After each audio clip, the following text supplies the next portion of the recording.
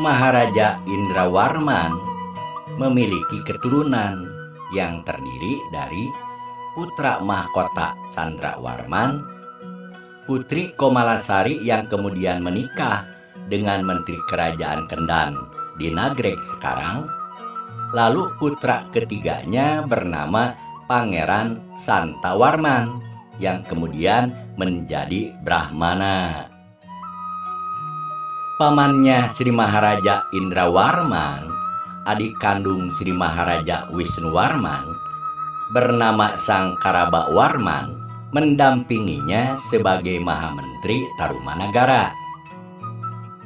Sedangkan adik kandungnya sendiri bernama Sang Widala Warman dijadikan Panglima Angkatan Perang, menggantikan Sang Cakrawarman yang telah tewas sebagai pemberontak saat masa berkuasanya Wisnuwarman.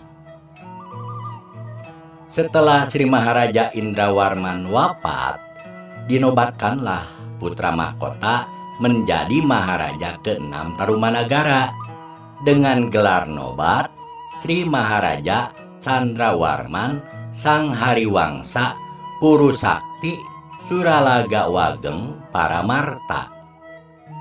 Ia pun menerima warisan kekuasaan kejayaan Tarumanagara yang aman, makmur, sentosa selama berkuasa 20 tahun, yaitu antara tahun 437 sampai 457 Saka, diperkirakan sama dengan 515 sampai 535 Masehi.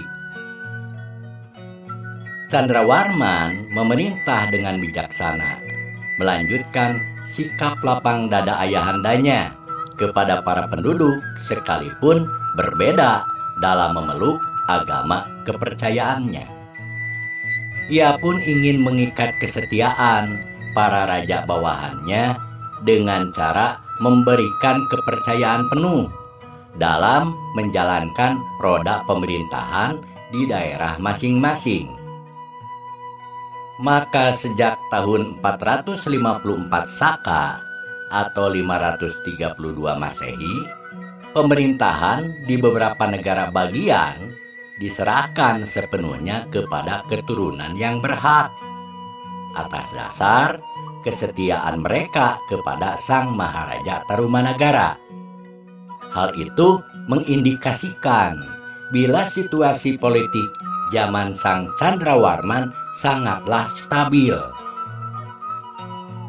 Sang Maharaja Candrawarman mempunyai putra, yaitu Pangeran Suryawarman sebagai putra mahkota, Mahisa Warman yang menjadi menteri di Tarumanagara pada masa kakaknya, Matsya Warman yang menjadi panglima pasukan laut, Dewi Bayusari yang kemudian diperistri oleh Yuwaraja atau putra mahkota dari kerajaan Pali di Sumatera. Setelah Sri Maharaja Candrawarman wafat, ia pun digantikan oleh Pangeran Suryawarman sebagai Raja ke-7 Tarumanagara dengan gelar nobat Sri Maharaja Suryawarman Sang Mahapurusa Bima Parakrama Hariwangsa Dikwijaya yang memerintah selama 26 tahun antara 457 sampai 483 Saka atau sama dengan tahun 535 sampai dengan 561 Masehi. Sang Suryawarman pun mewarisi keadaan Tarumanagara yang jaya, aman, sentosa dengan kehidupan rakyatnya yang sejahtera. Hal itu ditunjukkan dengan ditemukannya batu prasasti di tepi pesawahan Kampung Muara, yaitu sekitar 1 kilometer dari prasasti Telapak Gajah peninggalan Sang Purnawarman. Sedangkan peninggalan Sang Purnawarman ini dikenal dengan sebutan Prasasti Kebon Kopi 1 yang terletak di Kampung Muara, Desa Ciaruteun Ilir, Cibung Bulang, Bogor.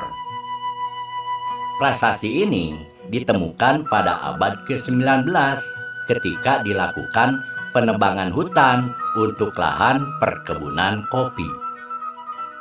Sang Suryawarman melanjutkan ikatan dengan negara-negara sahabat dengan mengirimkan duta kerajaan yang menyampaikan bahwa dirinya melanjutkan pemerintahan Sang Candrawarman. Untuk mengunjungi negara-negara di sebelah barat Semenanjung, duta kerajaan dipimpin oleh pamannya yang bernama Sang Santawarman. Untuk mengunjungi negara-negara di sebelah timur Semenanjung, duta kerajaan dipimpin oleh adiknya Maharaja yang bernama Sang Mahisa Warman sampai ke negeri Cina. Sedangkan untuk mengunjungi negara-negara di Nusantara, duta kerajaan dipimpin oleh Panglima Perang Tarumanagara yang bernama Sang Hasta Prakosa. Adapun putra Sang Maharaja Suryawarman adalah 1.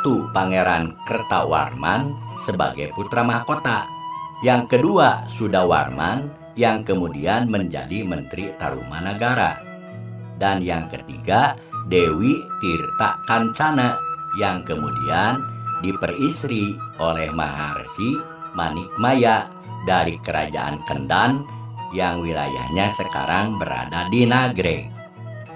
Setelah Sang Maharaja Candrawarman wafat, ia pun digantikan oleh Pangeran Kertawarman sebagai Raja ke-8 Tarumanagara dengan gelar nobat Sri Maharaja Kertawarman Sang Mahapurusa Hariwangsa Digwijaya Sakala Bumandala yang memerintah selama 67 tahun antara tahun 483 sampai 550 Saka atau sama dengan tahun 561 sampai dengan 628 Masehi. Seperti kebiasaan para raja baru Tarumanagara, Sang Kertawarman pun mengirimkan duta kerajaan ke negara-negara sahabat. Pada tahun 487 Saka atau sama dengan 565 Masehi, ketika utusan Tarumanagara mengunjungi kerajaan di Cina, di tengah lautan, rombongan perahunya dihadang oleh perompak bajak laut dengan kekuatan yang besar. Beruntunglah kapal utusan kerajaan Tarumanagara itu dapat segera diselamatkan ketika sedang bertempur melawan para perompak bajak laut. Tiba-tiba armada perahu kerajaan Cina yang akan dikunjunginya datang menggempur para perompak bajak laut sampai semuanya mati terbunuh. Semua mayat para perompaknya ditumpuk di atas geladak kapal mereka.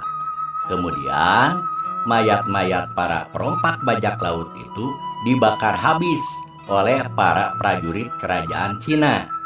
Lalu setelah itu perahu utusan kerajaan Tarumanagara pun dikawal sampai mendarat di pantai kerajaan Cina.